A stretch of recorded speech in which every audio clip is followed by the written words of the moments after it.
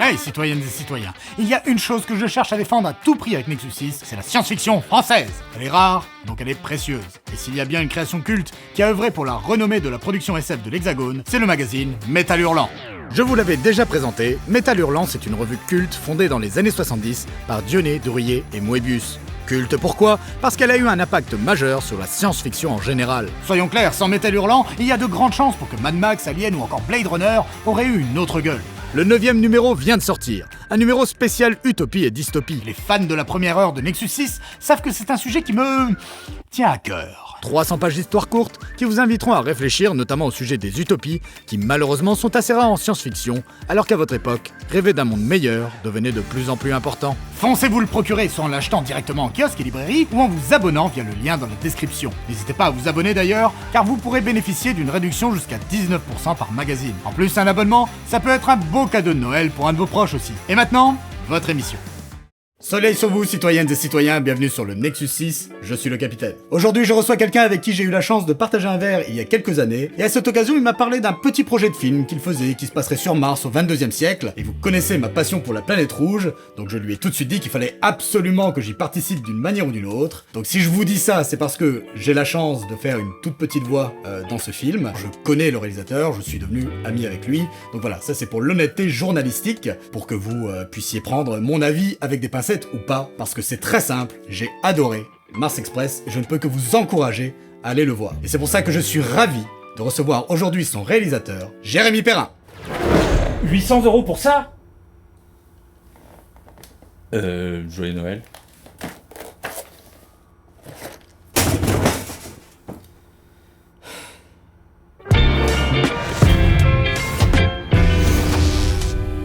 Jérémy, bienvenue sur le Nexus 6. Ah, merci, ça gratte un peu, peut-être une allergie spatiale, je sais pas. Bon, prépare-toi parce que la téléportation retour est plus difficile. Ah d'accord, cool. Réalisateur, animateur, monteur, multitâche, je ne sais pas, présente-toi un petit peu Jérémy. On va simplifier, on va dire réalisateur, voilà, c'est tout.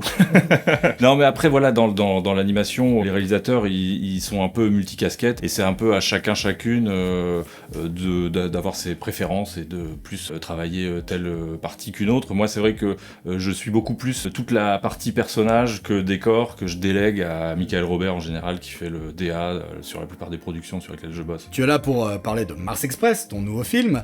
On te connaissait déjà avant pour d'autres productions, si tu pouvais nous faire un petit peu ton parcours, comment tu en es arrivé à devenir réalisateur. Immense fan de cinéma, il me semblait que c'était réalisateur qui était important dans cette fabrication et dans l'identité des films, quoi, en comprenant que tel réalisateur avait insufflé sa personnalité, qu'on pouvait reconnaître d'un film à l'autre. Il se trouvait aussi que je dessinais depuis longtemps, donc je me suis dit c'est simple en fait, si je veux marier les deux, dessin plus cinéma égale dessin animé. Donc je suis parti là-dedans en même temps que de me dire bah attends c'est pratique, j'ai l'impression que tout le monde veut être réalisateur de films, peut-être moins de dessins animés, donc il y aura peut-être moins de concurrence, j'y arriverai peut-être plus rapidement. Intéressant, ouais. D'accord. J'ai fait un peu de décor, j'ai fait du storyboard, j'ai fait de l'animation, j'ai fait du posing layout, enfin un peu du compositing aussi. Et en parallèle de ça, donc je travaillais sur plein de séries jusqu'au moment où je me suis retrouvé à faire des clips. Certains d'entre eux ont vraiment fonctionné sur internet, et en particulier Fantasy, Okay.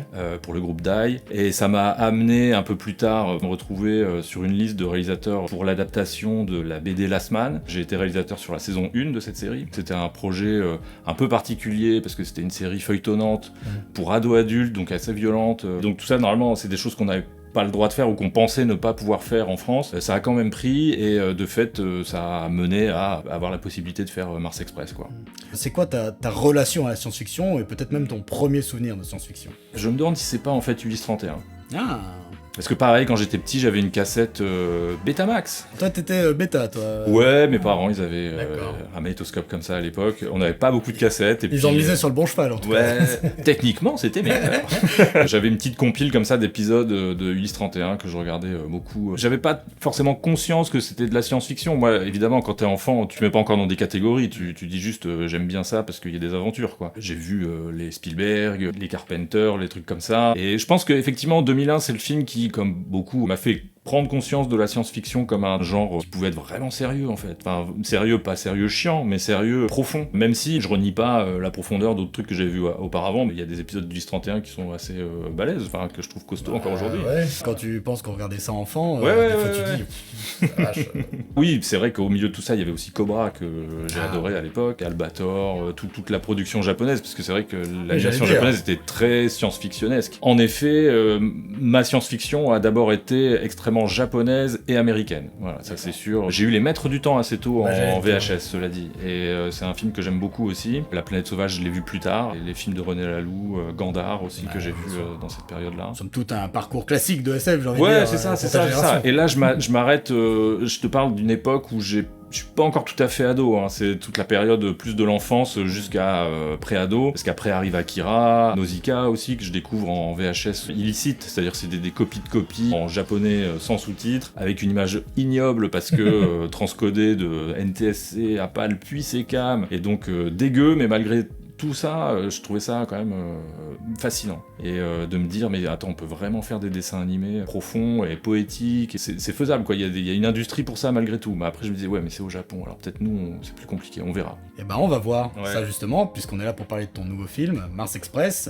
Mais avant ça, un petit quiz. Est-ce que tu es bon en quiz? Je sais pas, on va voir. Je t'ai fait un truc un peu généraliste SF. Mars Robot. Ok, allons-y. Combien de lunes à Mars et quels sont leurs noms? 2. Ouais. Phobos et Deimos. Peur et terreur. Oh. Ok, en fait, je suis fort au quiz, hein. Ouais, c'est bon, là, Il y en a d'autres, On voit qu'on a fait des recherches pour le film. Un petit peu. Cite-moi les 3 directives de Robocop. Ah, de Robocop. Je savais qu'il y avait Merde, j'ai les digitalisations en anglais de la version Amiga. Ah, si tu l'as en anglais. Genre Uphold the Law, ou je sais plus quoi. Uphold the Law, ça c'est la 3e. Je me rappelle plus. Surtout qu'il y en a 4 en fait. Ça c'était mon autre question suivante. Et la 4e. Bah la 4e du coup? Ne pas porter atteinte à un dirigeant de l'OCP. Exactement. Après c'est pas obligé d'être les termes exacts. Hein, ouais, mais en gros... attends, il y a... Merde. Protéger les innocents. C'est la 2e.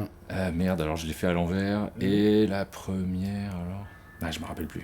Serve the public trust. Servir le public. Ouais. Ils l'ont traduit comme ça en français, je trouve que c'est un petit peu bizarre, mais en tout cas, servir les citoyens, quoi. Voilà. Et tu sais combien il en a dans Robocop 2? Dans le 2? Ouais. Attends, quoi? Bah, on en voit au moins 278. Quand ça? Bah, dans Robocop 2, il est reprogrammé Ah oui, par l'OCP et il devient complètement cinglé. Quand il le reprogramme, genre il doit, si quelqu'un fume, il doit lui tirer dessus. Voilà, c'est ça. Effectivement, il y a un moment, on en voit pas mal. Il y en a peut-être plus, mais ça s'arrête à 278 à l'image. Oh putain, pas mal. Je vais la ressortir celle-là dans un autre quiz.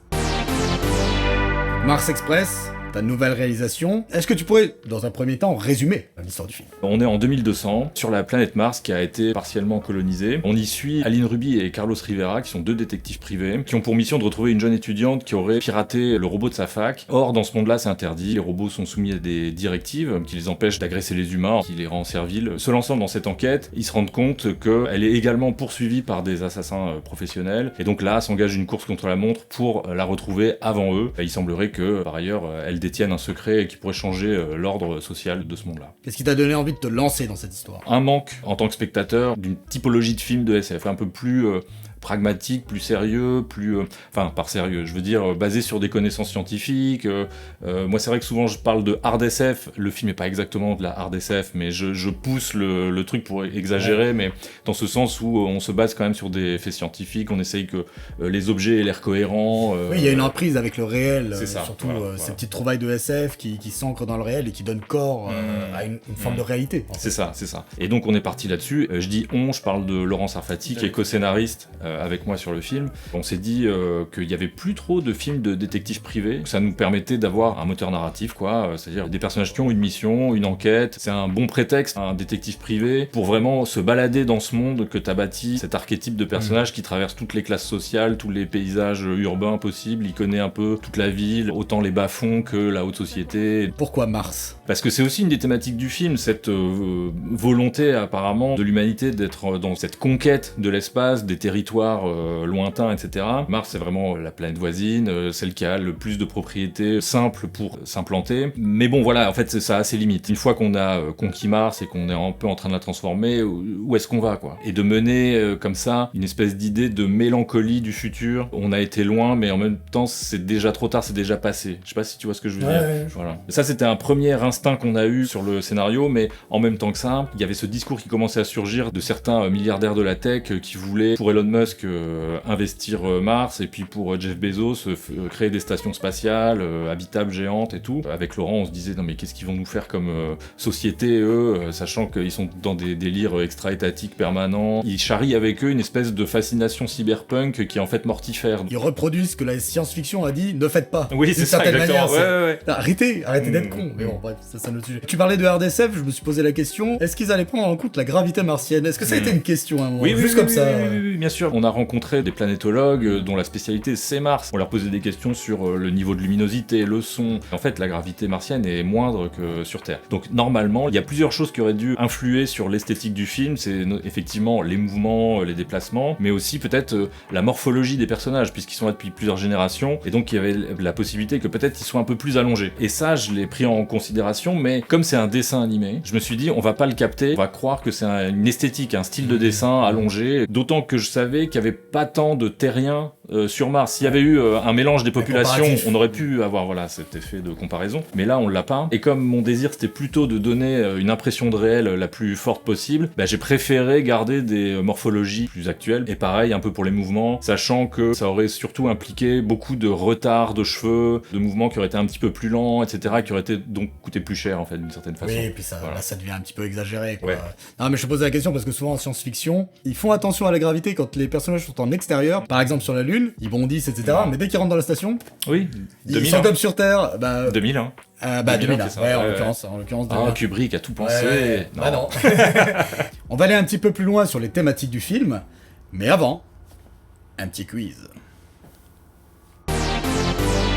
Comment s'appelle le robot de la planète interdite? Classique. Oh merde. Ah mec là, en oui, plus, oui, le nom. Merde. Ouais, tu vas t'en vouloir. Oui, je vais m'en vouloir de fou, tu vas me dire le nom, évidemment. Putain, j'ai les noms des méchants des Tortues Ninja. Là. Oh putain, alors rien à voir. Bebop et Rocksteady. Non, pas du tout.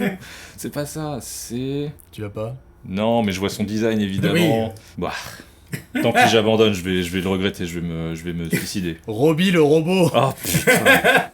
C'est Robbie le robot, oui. Enfin je veux dire, tu veux inventer un nom de robot numéro 1, c'est Robbie le robot. Donnez-moi un étau pour que je me compresse le visage. Quels sont les prénoms des réplicants de Blade Runner? Wow. Oh ça, wow. C'est la plus facile. Attends, il n'y a pas une Priscille ou une... Pris, ouais, c'est ça. C'est Darilana, Pris. Ouais. Il y en a une, elle a une nom de race dans Zelda. Ouais, mais alors là, pareil, Zelda... J'ai essayé. C'est quoi ça? J'essaye de t'aider. Mais on est où là? Zora. Ah oui, Zora avec le serpent. Putain, Waterworld, comment il s'appelle déjà? Ouais, je sais plus. Je m'en fous. Je m'en fous. Comment ça, je m'en fous? Je m'en fous totalement. Et Léon. Ah oui, Léon, oui. Je m'en fous. Mais tu me casses les couilles avec ton puce de merde. C'est quoi ça? C'est quoi ça? Non, mais quand il avait les réponses, ça allait très bien. Oui, c'est ça. Quand on crée, c'est qu'on a quelque chose à dire au monde. Dans Mars Express, il y a énormément de thématiques. Si tu devais en retenir une principale, quelque chose où tu souhaiterais vraiment changer un petit peu, quand on crée, c'est un peu ça, changer la mentalité des gens ou la manière de voir le monde, ce serait quoi? C'est compliqué, ouais. Mais je dirais que l'une des premières thématiques qui nous a frappé et qui nous est apparue, c'était celle de l'obsolescence programmée. Alors je dis pas pourquoi ou comment dans le film, mais derrière ça, c'est dévoilé celle de la compétition entre les hommes et les machines, mais effectivement, à travers cette métaphore des machines, entre les hommes, quoi, à travers le capitalisme qui est représenté par les industries Roy Jacker dans le film. Mais vous êtes un communiste, Jérémy, ça crève les yeux. Non. Moi, ce que j'ai vraiment apprécié dans le film, c'est son ancrage dans le réel, notamment par les objets du quotidien, etc. Je trouve que c'est un élément très important dans la création d'un univers et dans le fait de lui donner une cohérence, mais surtout par rapport à ta thématique qui est une forme d'une critique du consumérisme ou du capitalisme, etc. Le fait de mettre justement en avant des objets qui sont tout à fait cohérents dans l'utilisation qu'on va en faire dans ce futur-là, c'est pas juste gratuit, c'est pas juste pour faire regarder mon univers de SF, c'est vraiment pour aller jusqu'à la critique thématique. Je pense notamment par exemple à ces robots qui ont pas assez de mémoire pour installer une mise à jour, etc. Comment vous avez fonctionné pour trouver justement cet équilibre entre thématique et puis plaisir purement pulp, je dirais, de la SF? C'est justement ça, l'idée devenait bonne dans ce film si à la fois elle croisait ce principe utilitaire dans ce monde-là, comment ça fonctionne, à quoi ça sert, et pas seulement à quoi ça sert pour la scène, mais à quoi ça pourrait servir hors champ, dans d'autres situations, et en quoi c'est idéalement métaphorique par rapport aux thématiques du film, ou par rapport à la situation de la scène, ou l'état mental des personnages, etc. Et donc c'est ça qui à chaque fois m'a conduit à prendre des décisions autour du design et de la manière de montrer ces objets. La séquence du périphérique, il y a un véhicule de secours qui débarque, j'ai dû l'improviser en 2 secondes. C'est aussi les contraintes de la production qui a été la nôtre. Cela dit, il fallait que je prenne en compte tout ce qui était dans le scénar, et en même temps de me dire, dans d'autres types d'accidents possibles sur ce périphérique, il faut que le véhicule soit crédible comme pouvant intervenir dans toute situation. Nous, on a besoin que de 2 robots qui en sortent, mais je me suis dit, il y a des cas de figure où il en faut plus. Donc on voit qu'il y a d'autres bouchons, compartiments à robots qui ne servent pas dans la scène, mais qui pourraient servir ailleurs, que ces bras sont suffisamment extensibles et allongés pour pouvoir atteindre des zones compliquées. Donc voilà, c'est tout un tas de choses comme ça auxquelles il faut réfléchir. Un autre défi qu'on avait, c'était de très peu exposer par le dialogue les technologies qui étaient employées dans le film ou des situations sociales ou quoi, et que ça devienne intuitif pour le spectateur en répartissant des indices un peu partout comme ça dans le film, progressivement en pointillé, spectateurs et spectatrices se disent « Ah oui d'accord, j'ai compris comment marchent les télécommunications en pensée, il y a toute une interface, il y a un machin », plutôt que d'avoir des personnages qui connaissent ça depuis peut-être 20 ans, se mettent soudainement, parce qu'il y a des spectateurs et des spectatrices dans la salle, à expliquer ce qu'ils sont en train de faire alors qu'ils n'ont pas besoin, enfin voilà. Je trouve que le film ne prend pas par la main, et notamment sur les aspects science-fictionnels, on va dire. Mais il y a des moments où t'es obligé d'expliquer certaines choses. On va prendre en exemple cette scène où, alors j'ai plus le nom du personnage. Roberta Williams. Carlos l'attrape, et du coup il se désactive, comme ça il peut pas l'entendre. Parce qu'il sait que si elle lui dit de le lâcher, comme c'est un robot, il va devoir la lâcher parce qu'il doit répondre aux lois de la robotique. Et au moment où elle est au sol, elle dit vraiment une phrase type « Qu'est-ce que tu fais ? Tu peux pas faire ça, t'es un robot, lâche-moi ». Donc là t'es un peu obligé, en fait, des fois d'expliquer pour que le commun des mortels, entre guillemets, comprenne. Comment t'as trouvé cet équilibre ? À quel moment tu dis, bon, ça, on va un petit peu être... Tant pis, c'est peut-être peu naturel, mais on va le faire. Et puis, à d'autres moments... Là, tant pis, quoi. T'as raison, c'est un équilibre qui a été un petit peu fait empiriquement. On a testé des choses. Les rares moments où on triche avec ça et où on expose quand même des choses, c'est dans des moments soit effectivement d'action, comme là, la situation dont tu parles, Roberta, elle se fait attraper d'un coup, elle est dans la surprise et elle tombe par terre. Tu sais, dans ces moments où tu te débats et où t'es frustré, tu peux dire tout haut, voilà, tu fais sortir des infos qui sont...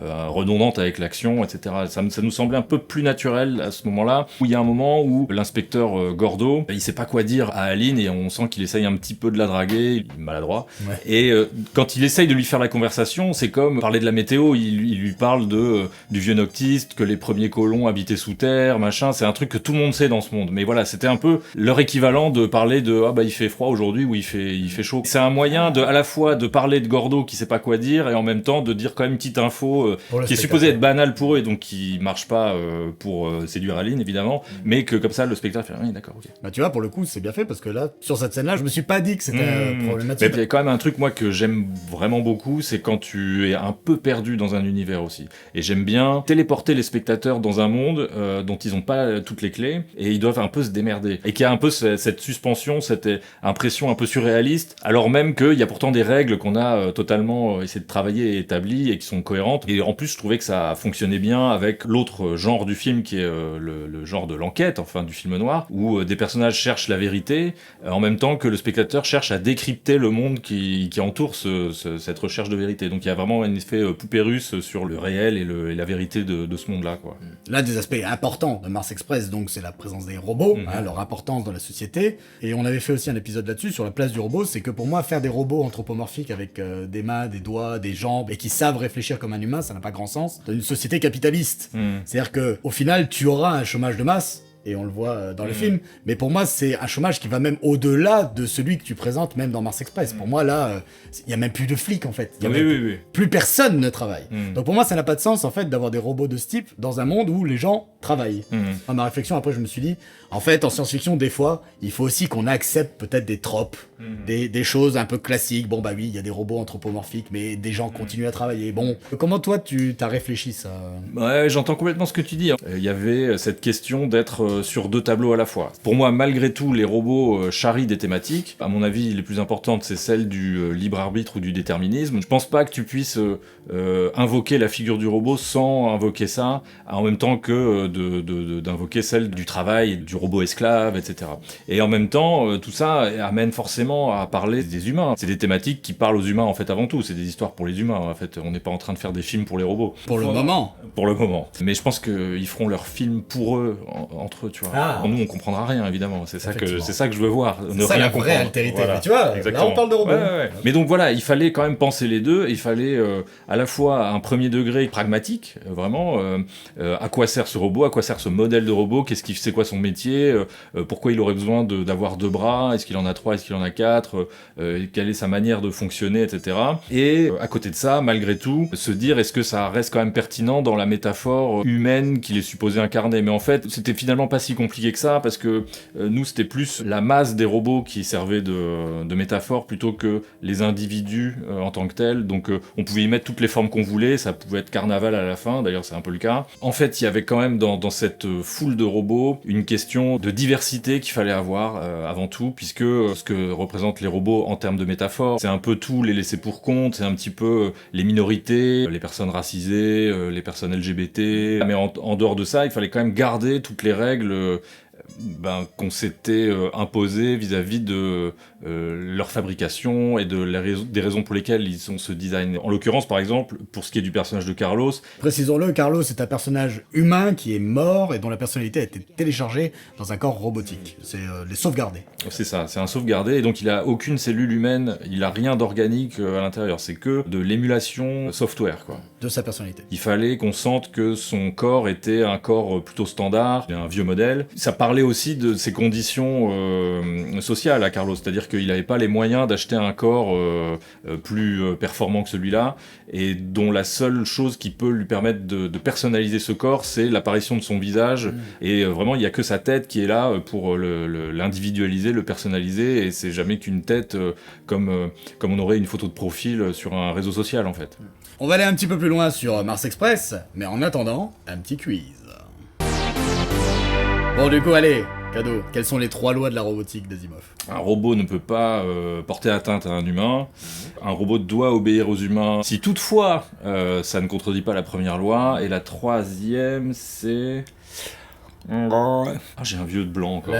C'est l'effet quiz où t'es là genre... il doit préserver sa propre existence, si toutefois ça n'entre pas en contradiction avec les 2 premières lois. Exactement. Et il y a une 4e loi qui est la loi 0. Ouais. Alors, et je tout le sais monde n'est plus pas ce que d'accord. c'est. Ouais. Mais... Ah si, ça englobe l'humanité. Oui, c'est ça, c'est à l'échelle... porter atteinte d'une quelconque manière à ouais, l'humanité. Ouais. C'est ça. Dans Total Recall, ouais. Comment s'appelle le quartier des mutants? Attends, c'est pas le... Attends, Vénus, non Putain, pas mal, hein, parce que franchement... Ils vont au Last Resort. Ouais.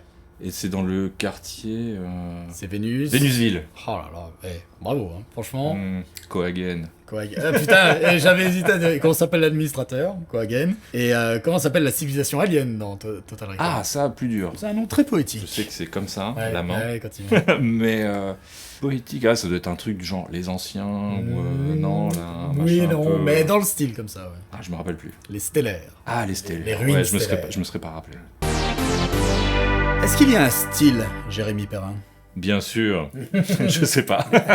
Si on compare à Last Man, ton autre grande œuvre, ça va dans des choses telles que la fréquence d'images dans l'animation, dans certaines réactions de personnages, certaines pauses avant une séquence d'action. Et du coup, on va en arriver aussi à tes références en termes d'action et Moi j'aime bien ce petit humour pince sans rire, qui des fois surgit avant ou après l'horreur la plus absolue. Pour ce qui est de l'humour, en fait, c'est aussi un élément qui nous semblait crédibiliser l'univers du film. Quand on fait de la SF où tout est extrêmement sérieux, il y a zéro humour ou quoi, on est un peu trop en train d'essayer de prouver qu'on est sérieux et que la SF c'est sérieux, tu vois. Et je trouve que du coup ça rend moins naturel. Est-ce que tu sais pourquoi les réplicants n'aiment pas aller dans des banques? C'est une question du quiz? Non. Non, je sais pas. Parce qu'on y fait des retraits. Ah ouais. On rigole, putain.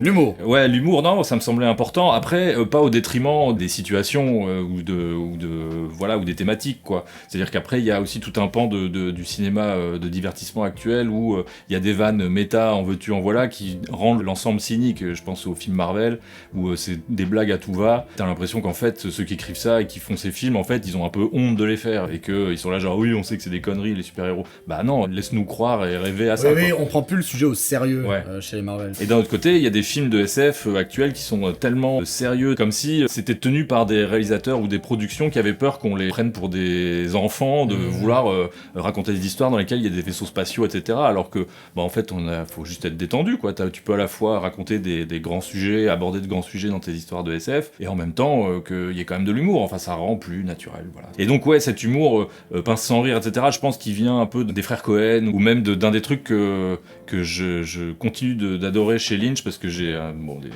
des soucis avec lui, il y a des films que j'aime moins, mais un truc que je garde chez lui pour toujours, c'est ses vannes. Il a un super humour qui est pas très éloigné de celui des frères Cohen, justement, où tu fais ressurgir de l'humour dans une situation qui a aucun sens, c'est vraiment de l'humour inattendu, quoi. Je pense que ça vient de là. Sur l'aspect action, et puis violence, parce que ça a dû être un sujet aussi par rapport, je suppose, à la classification du film, enfin voilà. Ça sort de ma découverte du cinéma de Hong Kong à l'époque, dans les années 90, mais ça vient aussi du cinéma d'action plus classique, américain, qu'on connaît tous, James Cameron, chez John McTiernan, tous ces trucs de travail sur la notion d'espace et de temps, etc. Dans Mars Express, j'ai tenté un truc que j'avais pas fait du tout dans Last Man, mais pour des raisons de budget. C'est que dans Last Man, il y avait beaucoup de suspensions et de moments de plans un peu extrêmement ralentis qui permettaient de faire simplement glisser les personnages comme ça, avec des attaches parisiennes, un peu si tu veux, avec très peu de mouvements et tout, que j'ai pas du tout fait dans Mars Express. J'ai voulu que tout soit un peu temps réel, quoi. Et puis avec aussi, dans l'épure de l'action hyper efficace et impactante, je pense Yoshiaki Kawajiri aussi m'a influencé, avec des plans très cut,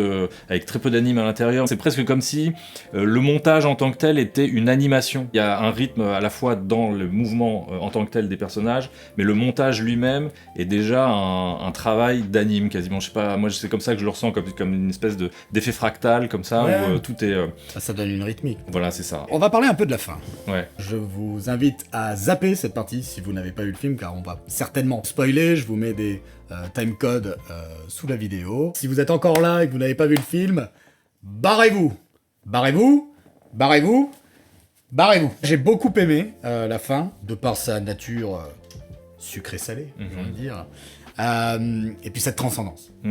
En fait, quand tu parlais d'obsolescence programmée, on est complètement là-dedans. Je dis sucré-salé, mais en fait, pour moi, elle est presque négative, entre guillemets, dans le sens où c'est un constat d'obsolescence totale de l'humanité au sens large, et voire même de la présence physique tout court, puisque même les robots se désincarnent. Et alors, ce qui est très intéressant, et je l'ai remarqué que au deuxième visionnage, c'est que tu installes cette symbolique tout du long, parce qu'il y a ces deux passages où on parle de la sonde qui va vers Gliese 581, qui est, à l'heure actuelle, enfin, à ton époque en tout cas, l'espoir d'une planète potentiellement habitable. Et donc, au début, on va recevoir les données de la planète, et puis on reçoit les données, on apprend qu'en fait, c'est une planète qui est invivable.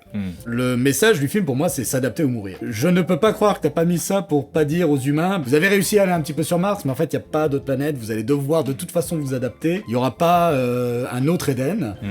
Et même les robots qui ont forme humaine, etc., se désincarnent complètement de ce qui peut les rattacher à leur anthropomorphisme, puisqu'ils se téléchargent dans des serveurs, et en plus, ils vont vivre dans l'espace intersidéral. Donc en fait, c'est une fin qui est très dure pour l'humanité. Ce qui n'est pas sans me déplaire. Qu'est-ce qui t'a poussé à donner ce message ? La métaphore, c'est que les robots peuvent, eux, se constituer différemment, s'organiser autrement, socialement, et être en rupture avec cette proposition de société néolibérale qui est celle de Noctis. On montre qu'il y a un autre possible. Ils ont cette capacité à être en union. C'est que ça, nous, on n'a pas, c'est ça. Ce qu'a pas Aline, en l'occurrence. Bah oui. Mais eux peuvent le faire, et donc il y a ce côté on se lève et on se barre à la dépente, quoi. Ouais. Et à travers, justement, là, au premier degré, ces robots qui n'ont finalement pas besoin de corps, s'ils ont cette capacité de se fusionner et de créer une conscience collective. Pour moi, ils restent malgré tout individuels, mais en résonance permanente, comme dont on parle dans tout le film, et devenir une globalité pensante. Il y a ce parallèle, effectivement, avec la sonde des Quincy, qui montre que les humains sont pour l'instant cloisonnés à la périphérie de la Terre, effectivement, et que c'était peut-être pas une super idée de tout de suite dépouiller toutes les ressources terriennes pour créer un tout petit Éden finalement artificiel et ridicule sur Mars, et que peut-être tout ça devait peut-être être utilisé pour améliorer la Terre dans un premier temps. Après, moi, je suis vraiment pas contre l'exploration spatiale. Je sais. Moi, j'aime pas trop ce discours. Je sais bien. Mais simplement, nous, le film, il rebondit à un moment d'un contexte particulier qui est le nôtre tout de suite, et celui, comme je te disais tout à l'heure, de Elon Musk et de Jeff Bezos, qui sont pour moi des figures responsables de la situation dans laquelle on se trouve, et qui sont en train de s'en laver les mains et de se dire oh bah c'est la merde ici, on se demande à cause de qui, on se casse et on laisse les pauvres mourir dans leur fumier, quoi. Attention, je tiens à préciser que moi je suis pour l'exploration de l'espace, mais dans le cadre d'une société bien meilleure. Mais évidemment, non mais dans ce cas-là, moi évidemment pareil. Donc c'est un peu ça, c'est-à-dire que le film il réagit à un moment spécifique des discours ambiants qu'on a actuellement. On va développer maintenant un petit peu plus la thématique des robots au sens large, dans la SF. Mais en attendant, un quiz. Comment on détecte un Terminator ? La peau froide, je dirais. Non, je sais plus comment ça se passe. Ouais, enfin là, si on le touche, mais de base, les humains, pour s'en protéger, notamment dans le futur... Ah, les chiens. Les chiens, exactement. Ça dure combien de temps une journée martienne ? Ah, c'est presque comme nous. Ouais, très bonne réponse. Après, là, oui. Je sais plus s'il y a une heure de plus ou de moins. Je sais plus si c'est 22 heures ou... Non, c'est 24 heures. Ah, et quelques. Ouais, un peu plus, mais pas beaucoup. 39 minutes et 35 secondes. Ah, d'accord, c'est donc ça. Donc c'est presque comme la Terre.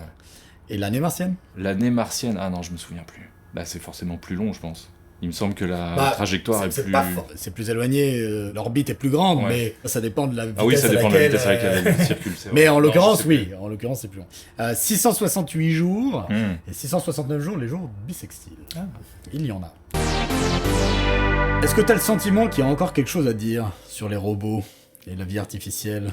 Ouais, c'est pas évident, effectivement, je suis d'accord. Après avoir fait Mars Express, je me suis vraiment posé la question aussi. Je me disais, est-ce que je suis pas en train juste de répéter des trucs qui ont déjà été dits par les autres ? Alors oui, un peu, nécessairement. Et puis bon, c'est normal, on fait partie d'un continuum. Mais là, je vois pas trop ce que j'aurais à ajouter de plus. C'est même presque pour ça que dans le film, il y a cette autre technologie qui arrive, qui est celle des biologiques, enfin des organiques, comme on les appelle nous, pour dire, il faut peut-être passer à la suite après, imaginer d'autres formes. Peut-être qu'on en arrive à un stade terminal, mais en même temps après on dit ça, puis il y a toujours quelqu'un qui arrive et qui amène une autre variation, c'est peut-être toujours possible. Je pose peut-être mal la question parce que je me dis que la question elle est pas tant qu'est-ce qu'on a encore à dire, mais est-ce qu'on a encore plus de questions à poser sur cette thématique.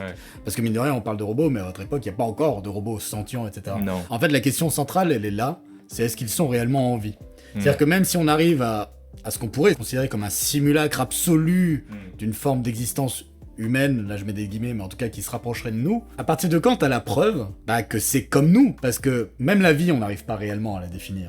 Certaines œuvres de SF, il y en a qui pensent que oui, ils sont vivants, il y en a qui pensent que non, mais en fait, il n'y a pas de débat. Et pour moi, en fait, il y aura, d'une certaine manière, éternellement un débat.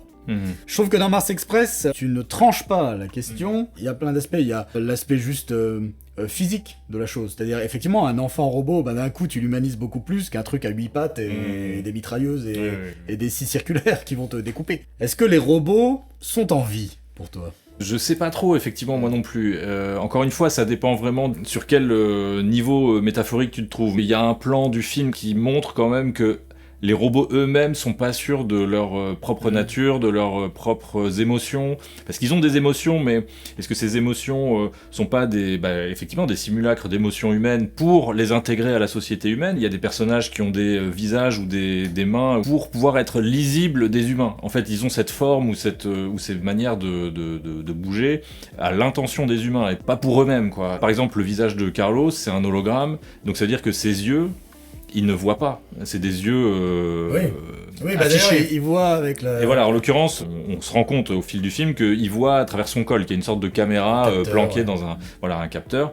Mais par contre, il y a quand même une animation des yeux qui simule pour les humains. En fait, les humains ne le regardent pas dans les yeux, dans le cou, mais dans les yeux qui les voient pas. C'est tous ces petits jeux-là qui font poser question sur effectivement leur nature pour eux-mêmes. C'est effectivement une des questions que se pose le film, c'est ce rapport existentiel de leur point de vue en plus. Parce qu'il y a le point de vue des humains sur les robots, un peu quand même dans le film, mais il y a surtout le point de vue des robots sur eux-mêmes. Il faudra attendre qu'il y ait effectivement, si ça arrive un jour, des intelligences artificielles sentientes qui décident de faire de l'art pour qu'il y ait peut-être une nouvelle vision des robots par eux-mêmes, quoi, en fait. Qu'on comprendra sans doute pas d'ailleurs, parce que ça utilisera des systèmes de pensée ou de sensibilité qui ne sont pas physiquement accessibles. Bah, oui. Bah là, ce sera la vraie altérité. Ouais, c'est ça. Au final, la réponse, elle est peut-être juste là, c'est comment est-ce qu'on traite les autres. Le message, c'est juste ne soyez pas des gros cons, même avec des choses qui sont différentes. Au final, c'est ça. Parce Ben que, oui. en vrai, même à votre époque, au 21e siècle, un chien robot type Amiibo, bon là ça commence à dater, même. C'est même plus de votre époque, pour le coup. Mais si quelqu'un prend une batte de baseball et commence à le tabasser juste pour se marrer, bah, je trouve que c'est profondément amoral. Alors que c'est un robot. Au final, c'est pas différent d'un grille-pain, Oui. fondamentalement. Mais je trouve que c'est l'émotion de cette personne haineuse face à un robot chien qui me dérange. Que ce soit au final qu'un tas de boulons et on s'en fout, bah c'est pas tellement ça le problème, c'est que t'es en train de détruire un truc et que ça en dit long sur la personne que tu es. Ouais. Que les robots soient réellement vivants ou pas au sens où nous on l'entend, ils le simuleront d'une manière encore plus précise. Donc si tu commences à les traiter comme des esclaves, t'es un gros con, tout simplement. Après, si c'est un chien McDonald's et qu'on est dans une manif, tu vois, là, c'est contre le différent. capitalisme, peut-être que là on a le Là, droit. je suis d'accord. Mais s'il est vivant, là... Ah oui, non, là, c'est une autre effectivement. histoire. C'est peut-être pas de sa faute. Il a Mais peut-être été on est programmé d'accord, comme il faut ça. péter des trucs des fois. Ouais, Ça, ouais. c'est pas moi qui vais dire le contraire. Mm. Ok. On va se dire au revoir, mais en attendant, un quiz. Cite-moi au moins 5 films avec Mars dans le titre. Attends, alors, Mission to Mars.